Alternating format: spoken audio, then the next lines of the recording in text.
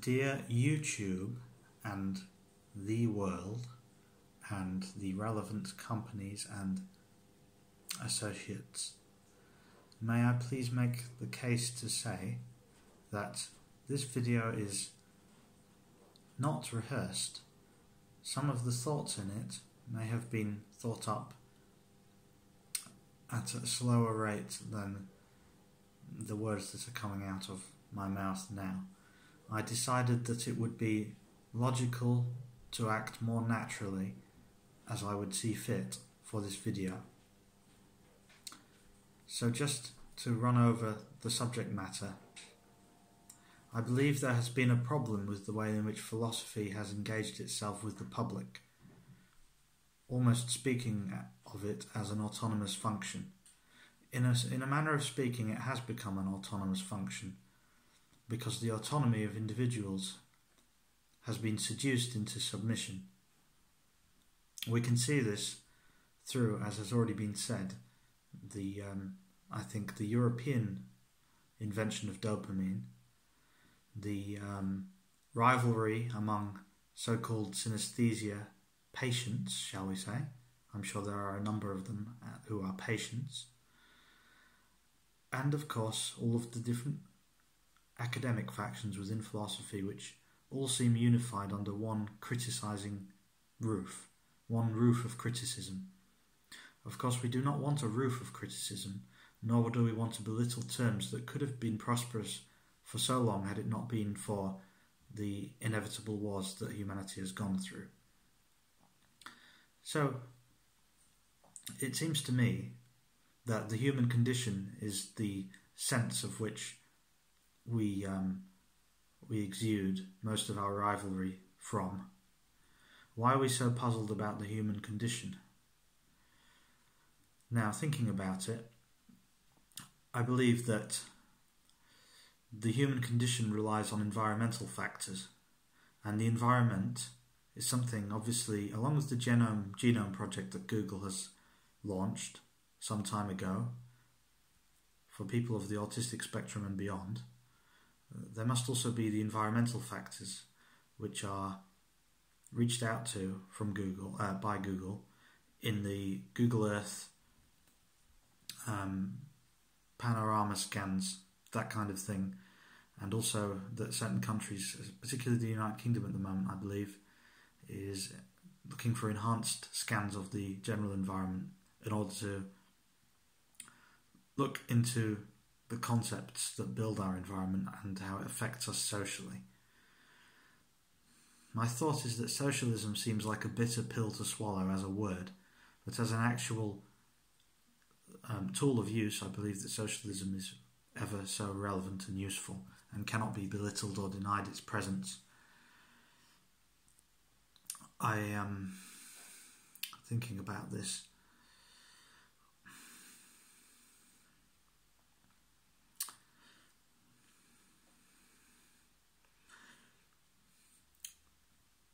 I would say that it is to do with, yes, if I've recapped my thoughts correctly, it is to do with neurotransmitters that historical revisionism can apply to population densities and population numbers. I believe this is evident through the research, my personal research that I've carried out, and which hopefully will continue to prosper for a long period of time without the exclusive use of machine tools, equipment that can be used in metaphor with regards to fiction.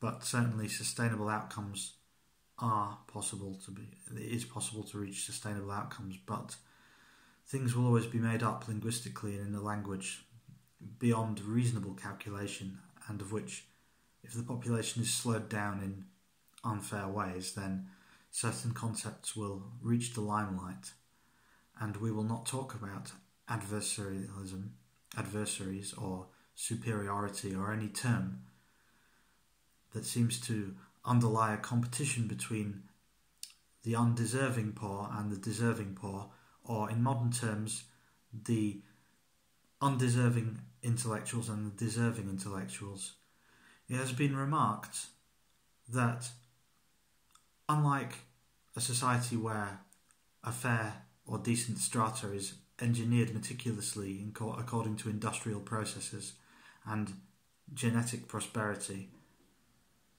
we will end up with a mishmash of everyone believes they're an intellectual because nobody knows the truth. It seems that intellectualism has been confused with mistruth over so much time that it has allowed itself glamour in the media and in conspiracy theorist networks. It is as such that certain nationalist governments will be against the idea of conspiracy theories because of the intellectual caveat that it induces in the population, no matter how stimulating it can be. The word pool is divided among topics that we are not supposed to learn and know, and of course subjects in brackets topics that we are supposed to know. And obviously I would say that human beings are coming to a finicky conclusion about the role of different neurotransmitters and chemicals and how this relates to our concepts and our language formation processes and our DNA and the external presence of our bodily functors or functions or functioning parts. This is not a naive viewpoint. The modern curriculum will be aimed at seducing people into knowledge rather than giving them the correct priority, the correct accuracy as to what they know. And the lie will come in reverse engineering of synesthesia, the long debated effects of LSD in the military presence of the earth.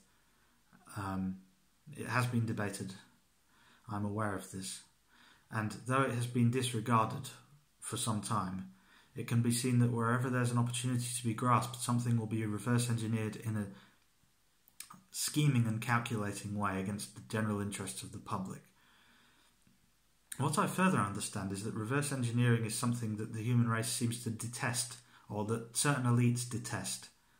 Not because it's alien thinking or alien technology, or it represents another or an inhumane element, but because in our minds, to the best of our ability, reverse engineering is a very individual undertaking for intellectually savvy individuals who will be unremittedly pushed away and pushed back out of the realms of proper society and proper thinking into the realms of criminality, simply because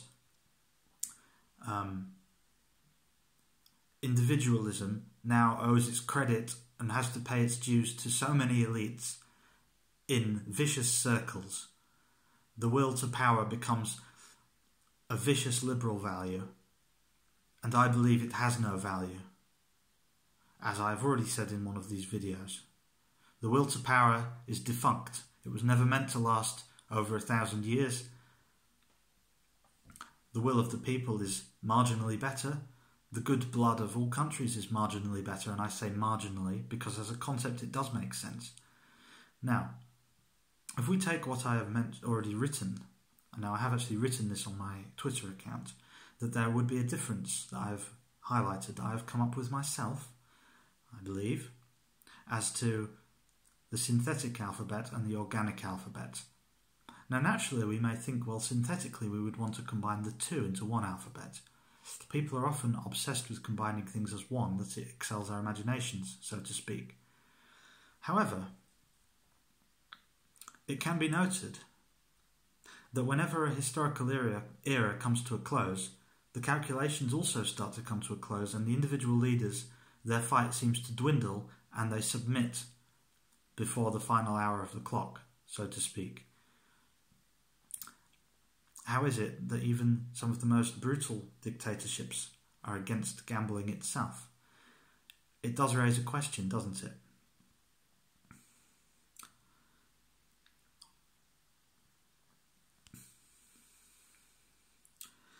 Dopamine is not a word that many would like us to talk about. Perhaps it does relate to gambling, but I'm sure that gambling existed before the advent of such terms. And the calculation that comes in between of all of our plotting and strategies is always greater than the belittlement and subjugation of certain physical and quack scientific terms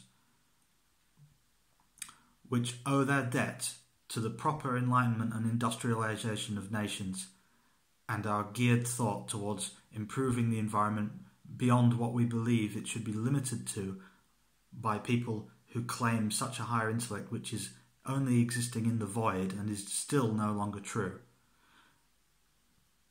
They would still medicate us into further calculation before we can actually figure out what calculation really means.